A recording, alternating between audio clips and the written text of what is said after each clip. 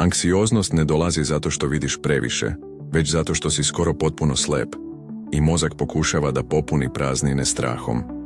Nauka je ovo odavno dokazala. Ljudsko oko registruje manje od 0,04% elektromagnetnog spektra. Ne vidiš infracrveno, ne vidiš ultravioletno, ne vidiš radiotalase, mikrotalase, rentgen, gama zračenje. Drugim rečima, skoro 100% realnosti ti je zapravo nevidljivo. Mozak onda radi ono što uvek radi. Uzima tih 0,004% signala i popunjava praznine pričom. Ta priča se zove moja realnost. Šta je onda pravi problem? Nije stvarnost, već interpretacija lutajućih misli.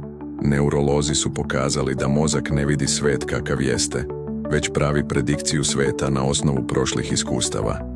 Zato dva čoveka gledaju istu situaciju, a žive dve potpuno različite realnosti. Anksioznost nastaje baš tu, ne zato što se nešto stvarno dešava, već zato što mozak projektuje budućnost iz ograničenog, slepog uzorka podataka. Ti ne vidiš opasnost, ti vidiš pretpostavku.